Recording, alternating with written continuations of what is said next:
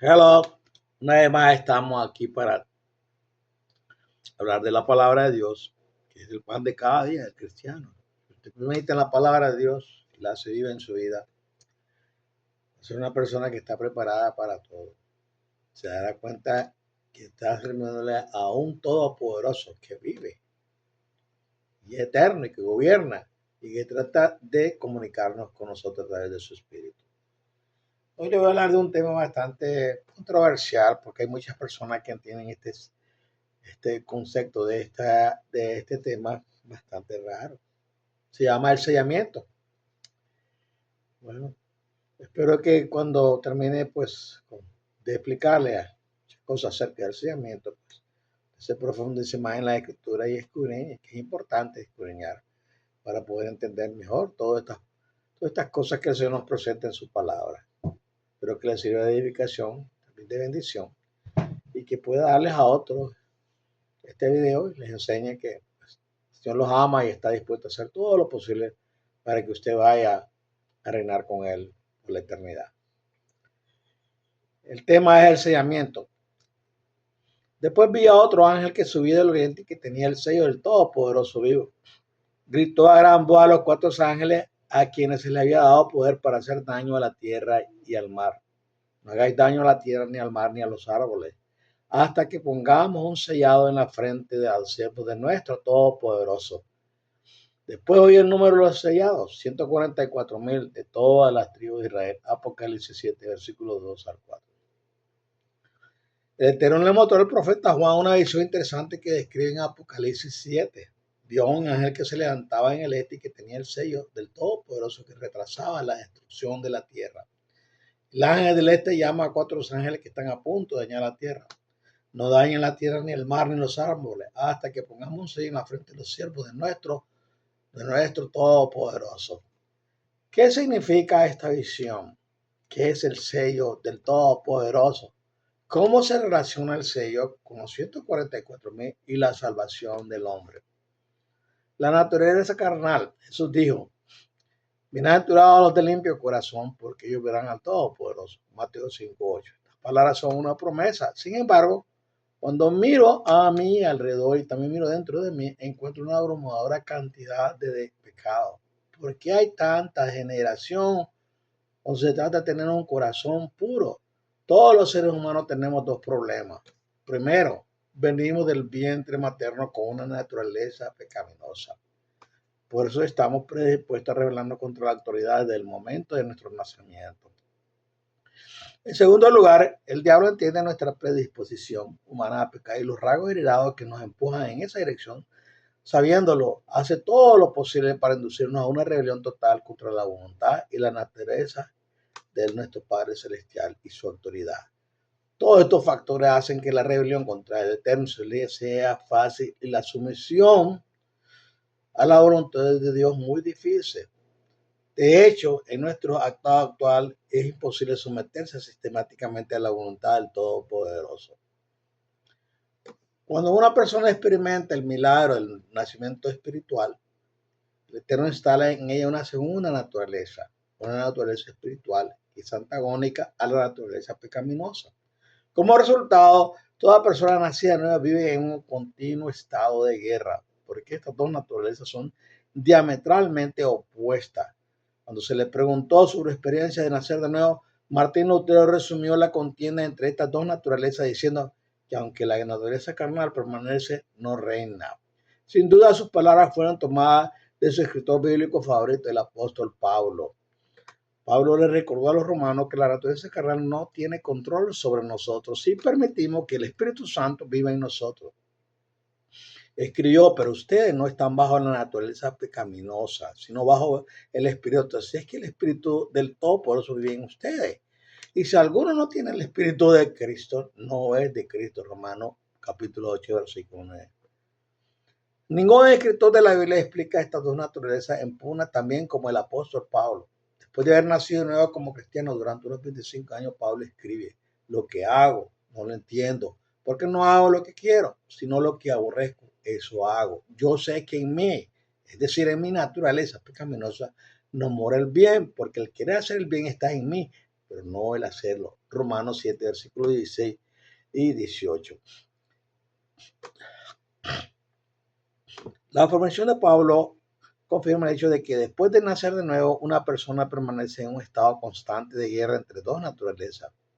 El descubrimiento de Pablo sobre su naturaleza carnal es algo así como el descubrimiento de la gravedad por parte de Sir Isaac Newton. Durante miles de años, nadie pensó que fuera extraño que los objetos cayeran hacia abajo porque tenían peso. Sin embargo, con el paso del tiempo se hizo necesaria una nueva explicación sobre la dirección en la que caen los objetos, porque el hombre descubrió que la Tierra era una gran esfera que giraba sobre su eje. Entonces surgió la pregunta, ¿por qué los objetos caen en la dirección de abajo sobre una esfera que gira rápidamente cuando la lógica sugiere que debían caer en la dirección opuesta? Finalmente se descubrió la presencia de la gravedad y Sir Isaac Newton fue uno de los primeros en cuantificar la ley de la gravedad. De manera similar, el apóstol Pablo comprendió la presencia del corazón carnal y cuantificó la ley del pecado que opera sobre él. Tanto la ley de la gravedad como la ley del pecado son predecibles e inmutables. La ley de la gravedad y la ley del pecado tienen otra similitud. Ambos pueden ser frustradas bajo las circunstancias adecuadas. La ley de la gravedad puede ser frustrada si una nave espacial supera los 27.000 kilómetros por hora. A esta velocidad, el hombre puede vencer la fuerza de la gravedad de la Tierra y escapar de este planeta. De la misma manera, la ley del pecado puede ser vencida si una persona elige rendir obedientemente su voluntad al Espíritu Santo. En esta situación, el poder del Espíritu Santo que mora en nosotros permitirá a la persona escapar del control del pecado. ¿Qué es la ley del pecado? Es un código de conducta, una rebelión innata contra la autoridad. La ley del pecado tiene dominio sobre todo ser caído. Pablo entendió que no hay escapatoria de la ley del pecado, excepto por medio de la fe en Cristo. Él escribió, así que encuentro esta ley en acción. Cuando quiero hacer el bien, el mal está ahí conmigo. Miserable de mí, ¿quién me librará de este cuerpo de muerte? Gracias al Todopoderoso por Jesucristo, Señor nuestro. Así que yo mismo con la mente soy esclavo de la ley del Eterno, pero con la naturaleza pecaminosa soy esclavo de la ley del pecado. Romanos 7:21, versículo 24, dice, considere cuidadosamente las palabras de este legalista reformado. Y si hago lo que no quiero, ya no soy yo quien lo hace, sino el pecado que habita en mí. Romanos 7:20. Así pues, esta es la explicación. Por difícil que sea para algunos admitirlo, somos pecadores desde lo más profundo de nuestro ser y tarde o temprano nuestra conducta lo demostrará. Que alguien me ayude. Pablo lamentó los efectos inevitables de la ley del pecado en su propia vida. Escribió, así que encuentro esta ley en acción. Cuando quiero hacer el bien, el mal está ahí conmigo. Romanos 7:21. Las observaciones de Pablo en Romanos 7 son muy reveladoras porque una vez perteneció a un grupo religioso que creía que la impecabilidad, la pureza y el celo por el Todopoderoso eran mandato absoluto. Y Pablo era tan devoto al Todopoderoso como cualquiera podría hacerlo. Filipenses 3, versículos 4 al 7. Los fariseos habían definido meticulosamente la impureza como una violación de cualquiera de las aproximadamente 600 leyes. Y Pablo era celoso por observar cada ley. Resumió su vida como un fariseo hasta ansioso diciendo, en cuanto a la justicia legalista, sin defecto. Filipenses 3:6. Luego Pablo conoció a Jesús. Con el tiempo comenzó a entender que la justicia que se logra mediante la obediencia rigurosa y la devoción religiosa no puede producir un corazón puro. La religión había engañado a Pablo. Como fariseo estaba completamente convencido de que la justicia se lograba mediante la obediencia legalista, es decir, el evitar el pecado. Pero después de encontrarse con Jesús en el camino de Damasco, vio la miserable y ofensivo que era en realidad a los ojos del Todopoderoso. Romanos 7:24.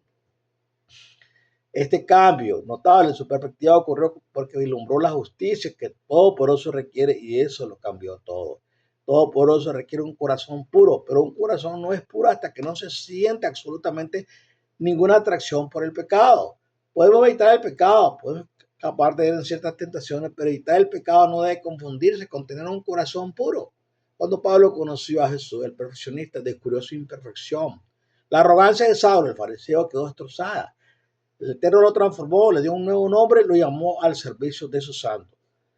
Cuando una persona experimenta un colapso total debido a creencias religiosas que ha mantenido durante mucho tiempo, los psicólogos lo llaman cambio de paradigma. Un cambio de paradigma ocurre cuando conceptos que se creían verdaderos resultan ser totalmente falsos. Un cambio de paradigma nos sacude hasta lo más profundo de nuestro ser y es muy perturbador emocionalmente. Cuando Jesús habló con Pablo, este quedó devastado al enterarse de que su vida religiosa perfecta era ofensiva e inaceptable para el Todopoderoso. Después de que Pablo se dio cuenta que no podía purificarse ni ser aceptable ante el Eterno por medio de buenas obras, no tenía nada más que jactarse. El Eterno sabe cómo silenciar a los legalistas. Cuando Pablo vio que no tenía justicia a los ojos del Todopoderoso, se convirtió en hombre manso. En este nuevo estado mental se convirtió en un poderoso defensor de la justicia de Cristo. Escribió, porque en el Evangelio se revela la justicia que procede del Eterno, la justicia que es por fe de principios a fin, como está escrito, el justo por la fe vivirá, Romanos 1:17. Solo cuando Pablo finalmente comprendió la idea de que la salvación requiere una justicia que el hombre no puede producir, se dio cuenta de su esperada necesidad de Jesús, la naturaleza del pecado. Puesto que la ley del pecado declara que la naturaleza humana sigue siendo rebelde hacia Dios, ¿cómo puede una persona llegar a ser pura de corazón? Es imposible mediante el esfuerzo humano. En consecuencia, la naturaleza carnal es el mayor problema del hombre. Nuestra naturaleza carnal nos hace rebeldes y nos impide tener fe en el Todopoderoso o someternos obedientemente a sus mandamientos.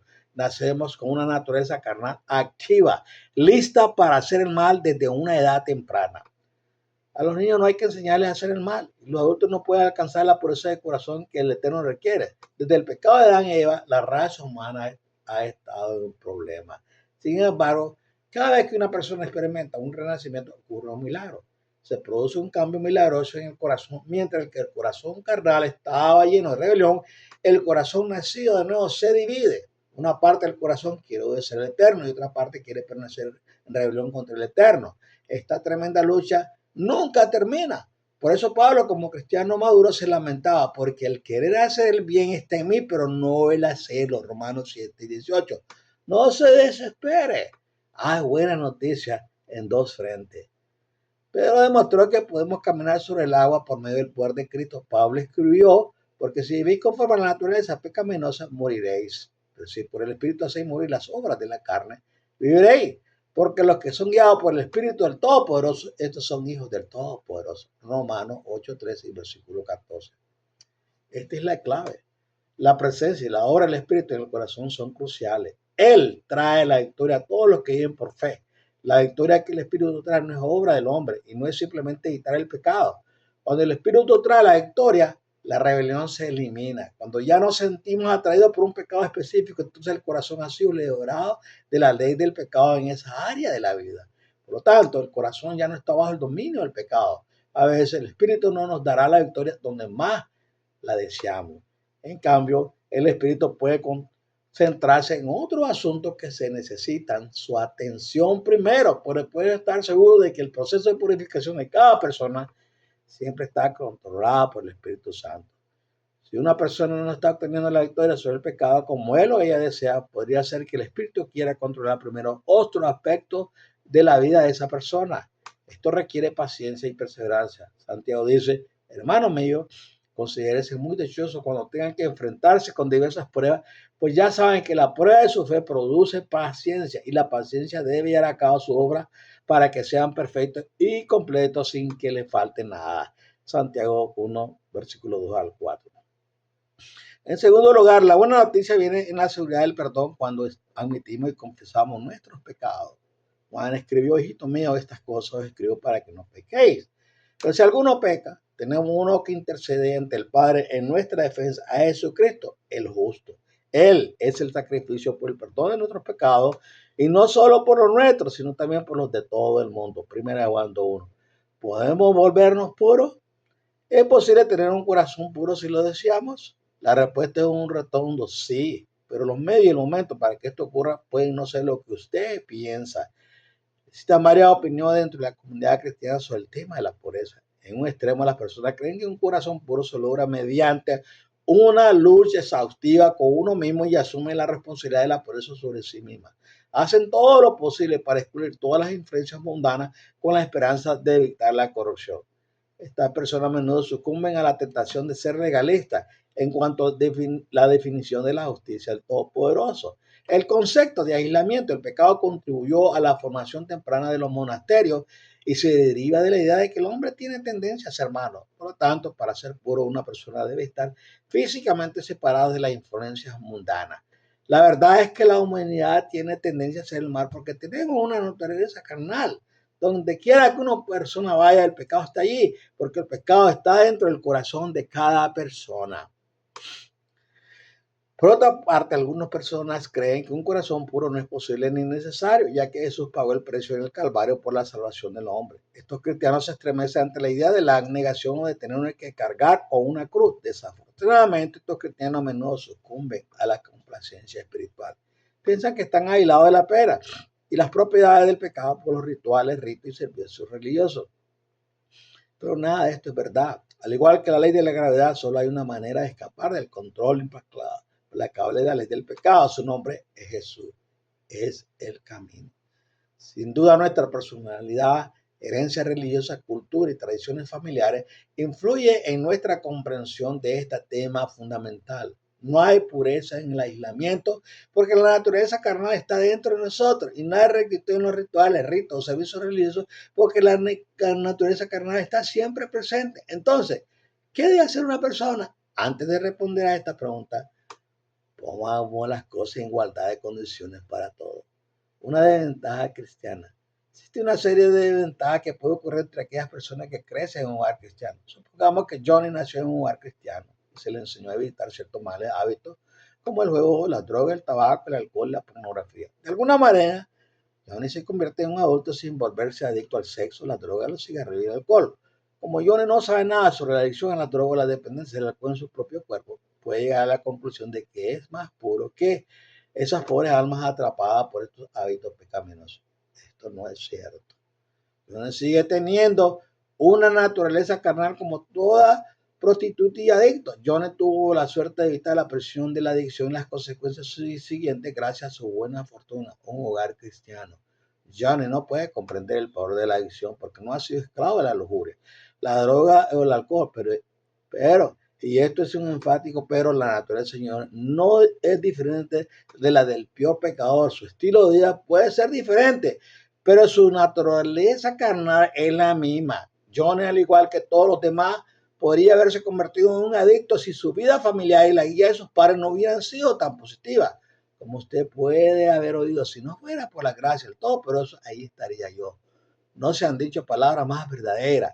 Esta ilustración se da porque los cristianos de estilo de vida a veces se vuelven vanidosos y moralistas.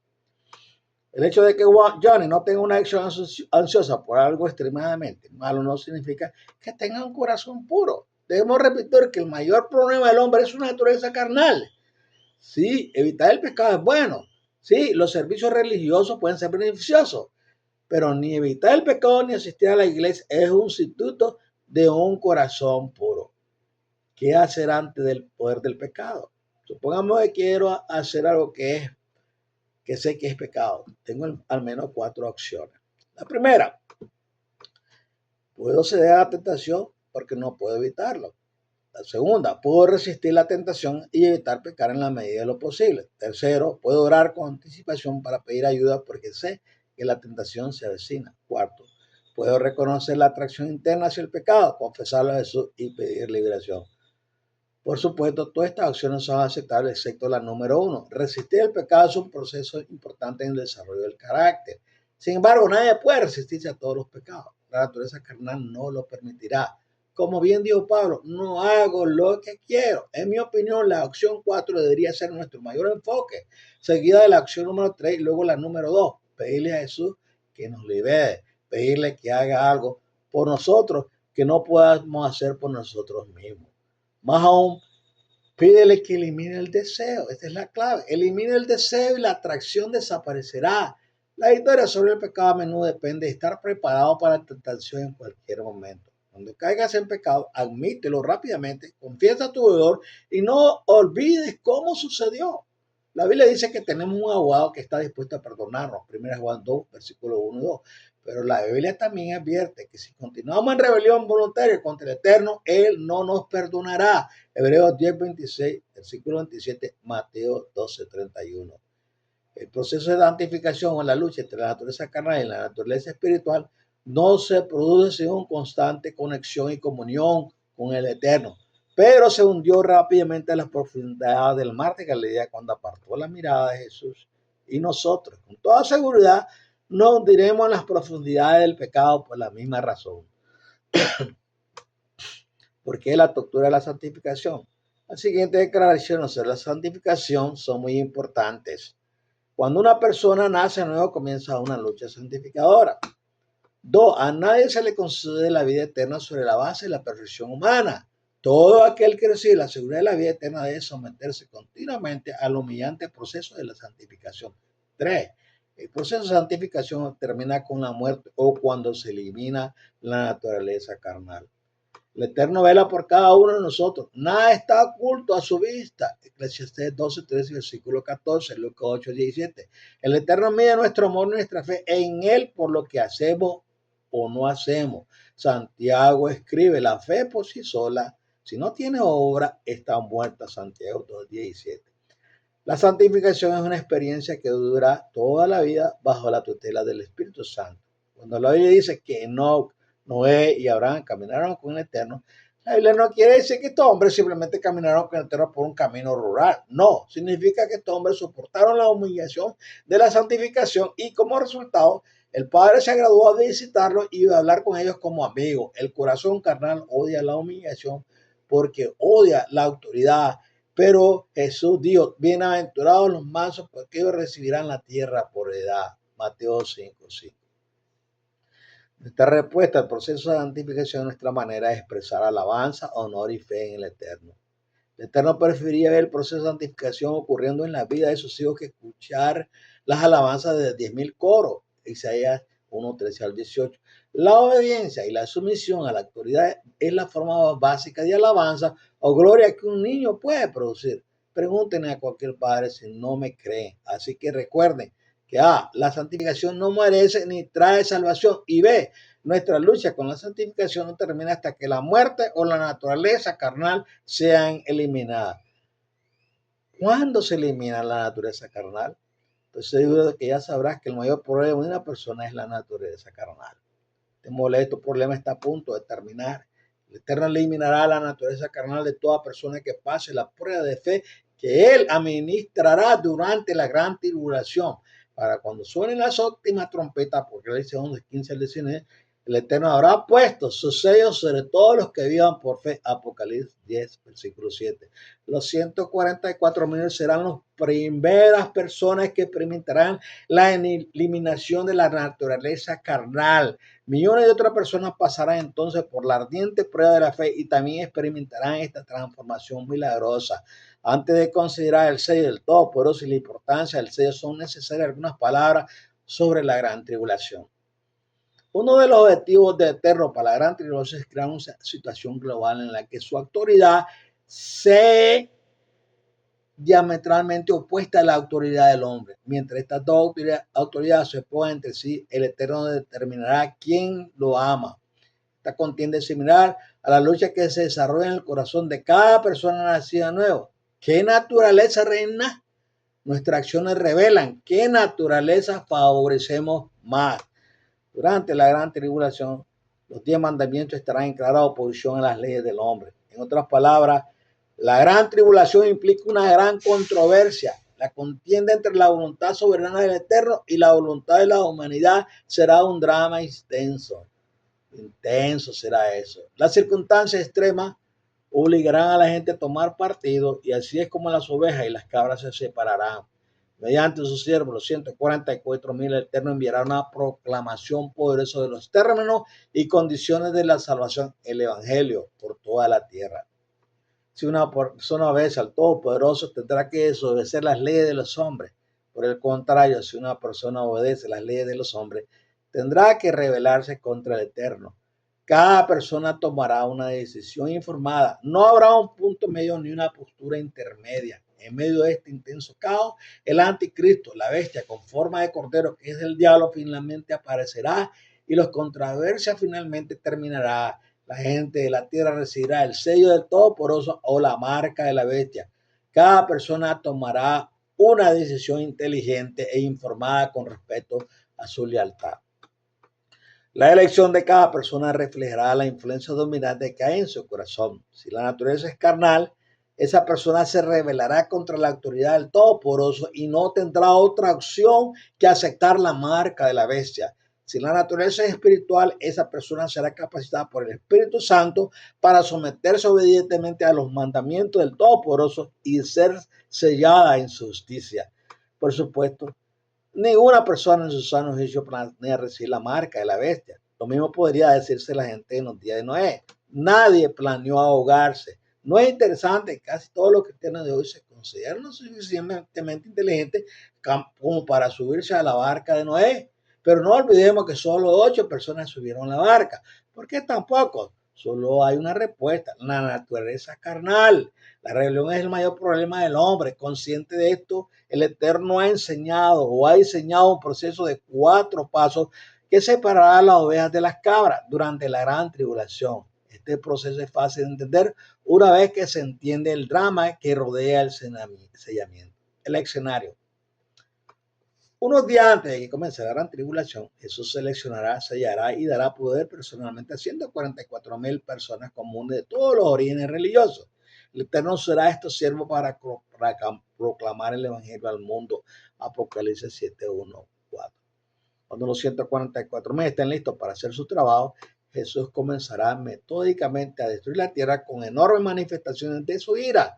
El libro de Apocalipsis predice terremotos globales, lluvia meteórica de granizo, ardiente, impacto de asteroides, oscuridad, enfermedad, muerte y destrucción más allá de nuestra imaginación.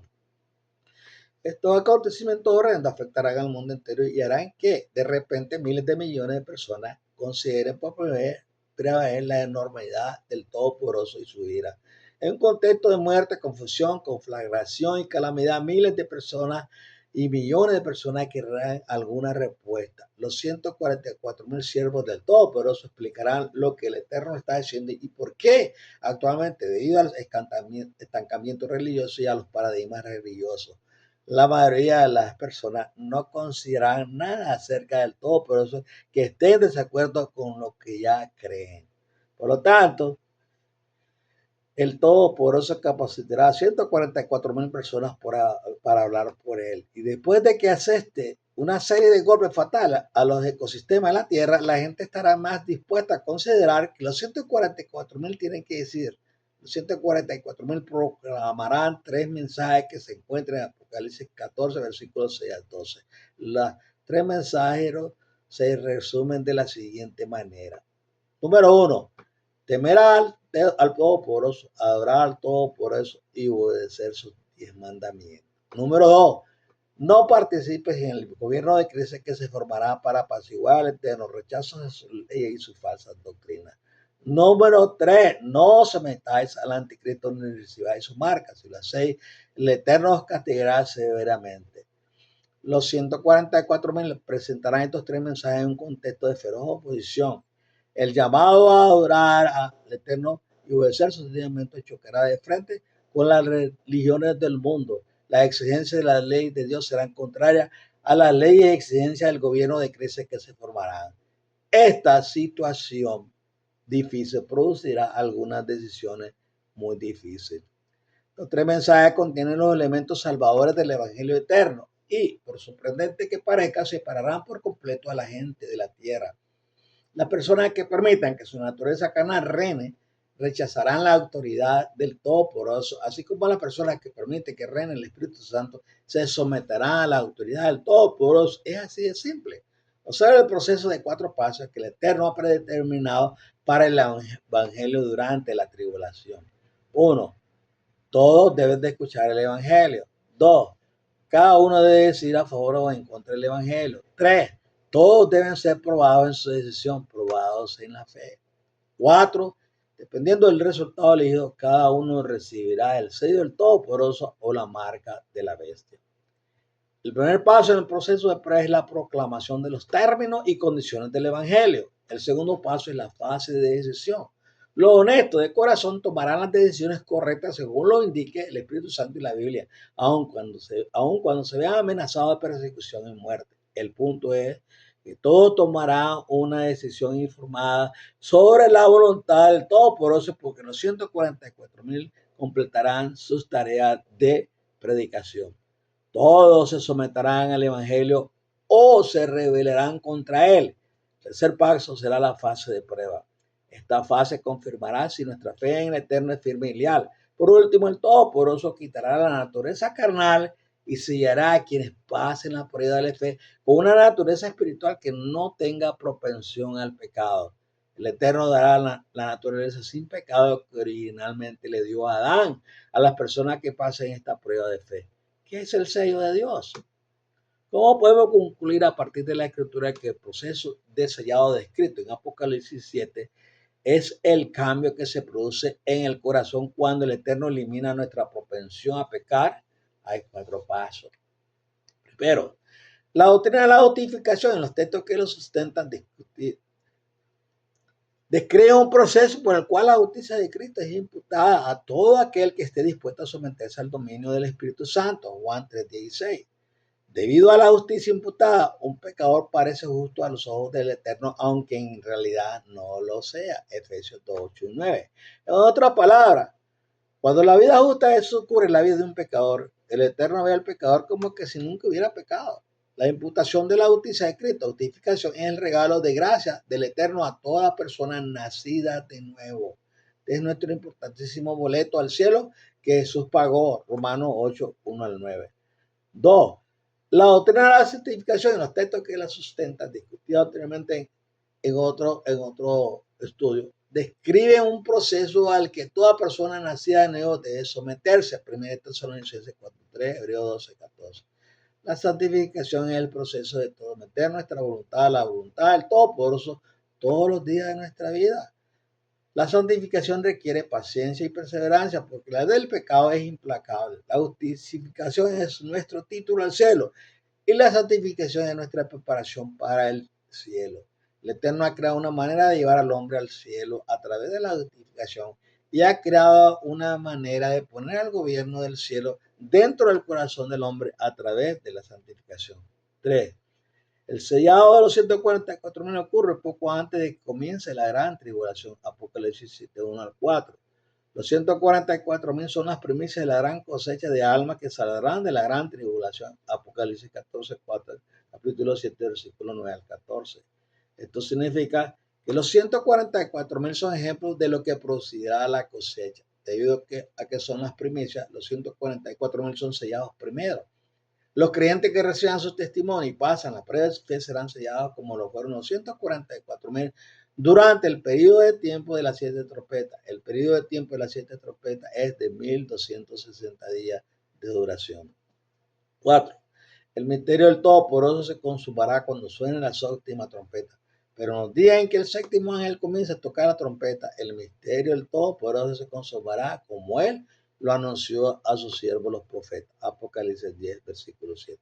¿Cuál es el misterio del Todopoderoso? El misterio del Todopoderoso es que se completará durante la gran tribulación es su plan de transformar la naturaleza carnal de cada pecador dispuesto en un corazón puro.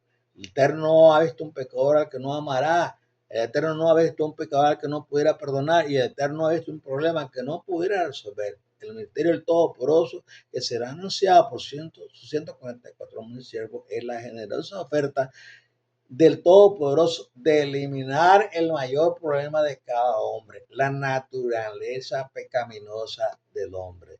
Observe cómo se desarrollan los diversos misterios del Eterno a lo largo del tiempo. Pablo escribió a la iglesia de Efeso: seguramente han oído acerca de la administración de la gracia, el Todopoderoso que me fue dado para con ustedes, es decir, el misterio que me voy a dar a conocer por revelación, como ya le escribí brevemente, al leerlo podrán entender cuál sea mi entendimiento del misterio de Cristo, en que otra generación no necesitó conocer a los hombres, como ahora ha sido revelado por el Espíritu de los santos apóstoles y profetas, el Todopoderoso. Este misterio es que mediante el Evangelio, los gentiles son herederos junto con Israel, miembros de un mismo cuerpo y partícipes de la promesa en Cristo Jesús.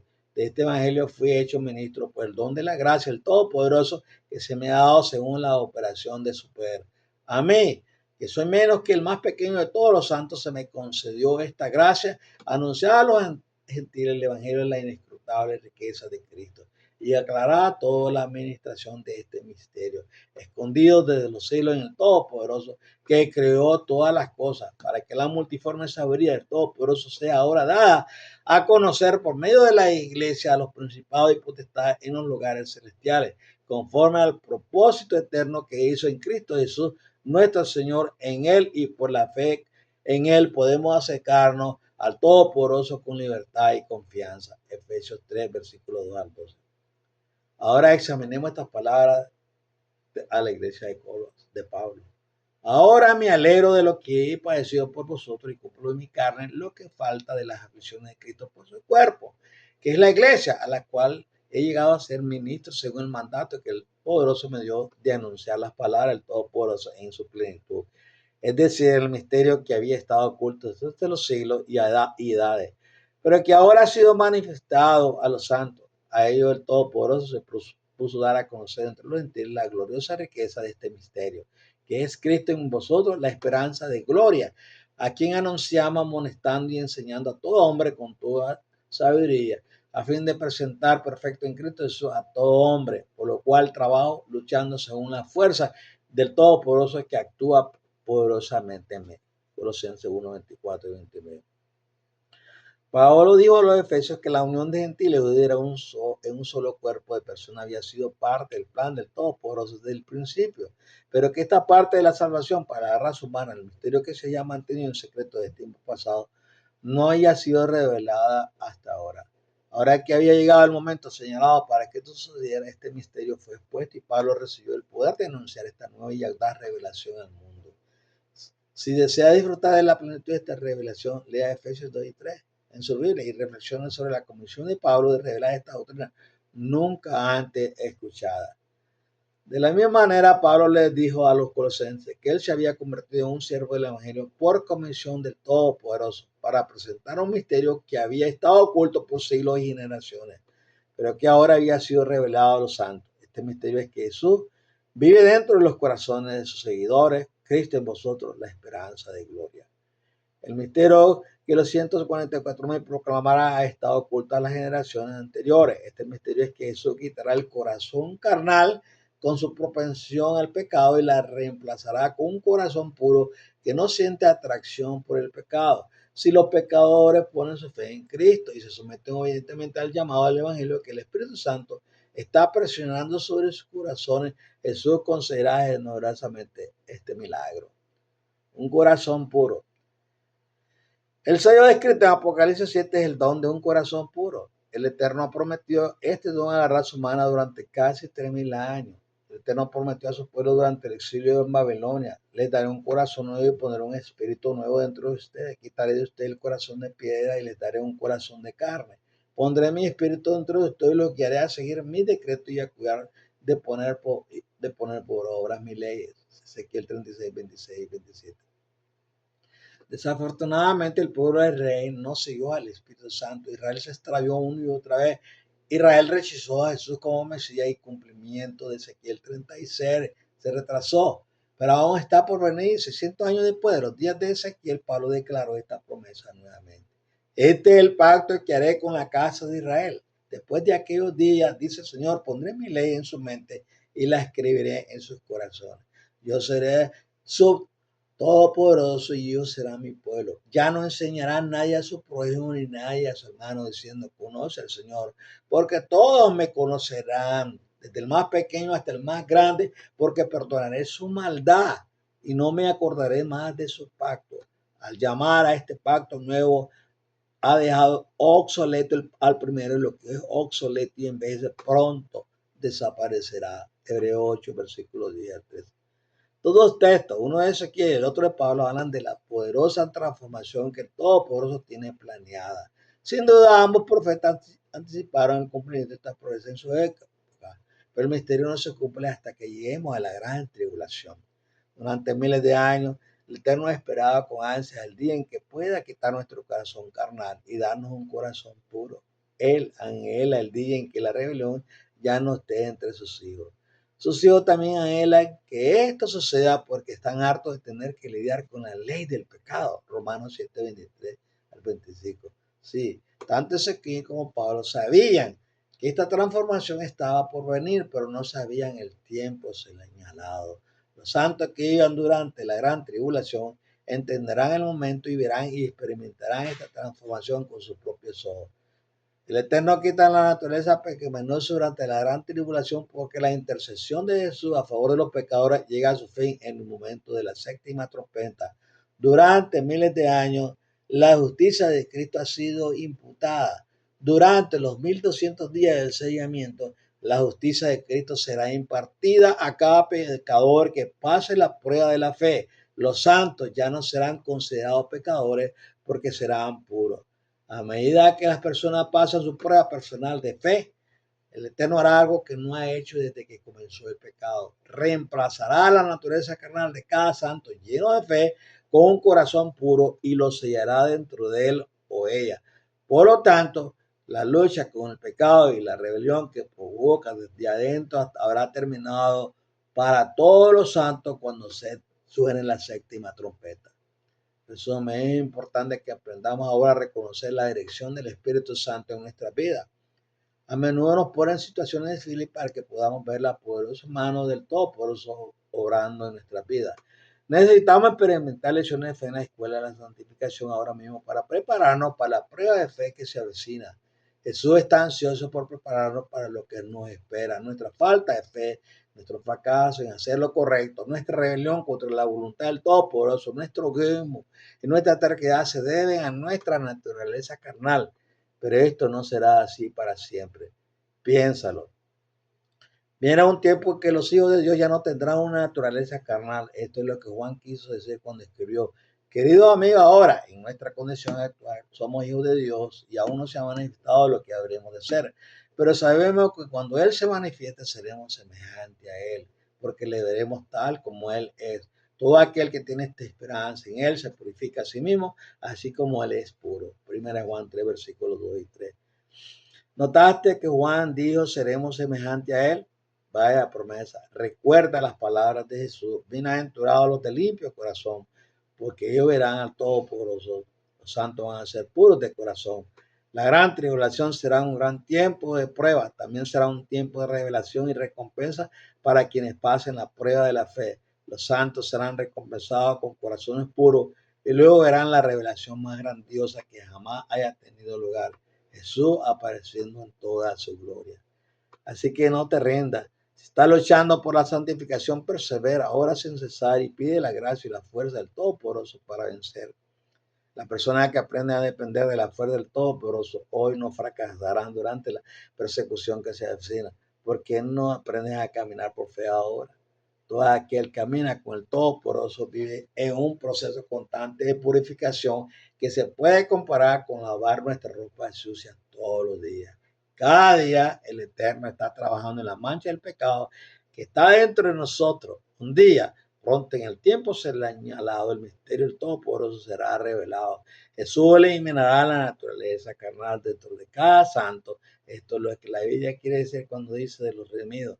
Estos son los que han salido de la gran tribulación, han lavado sus ropas y las han emblanquecido con la sangre del Cordero. Apocalipsis 7, versículo 14.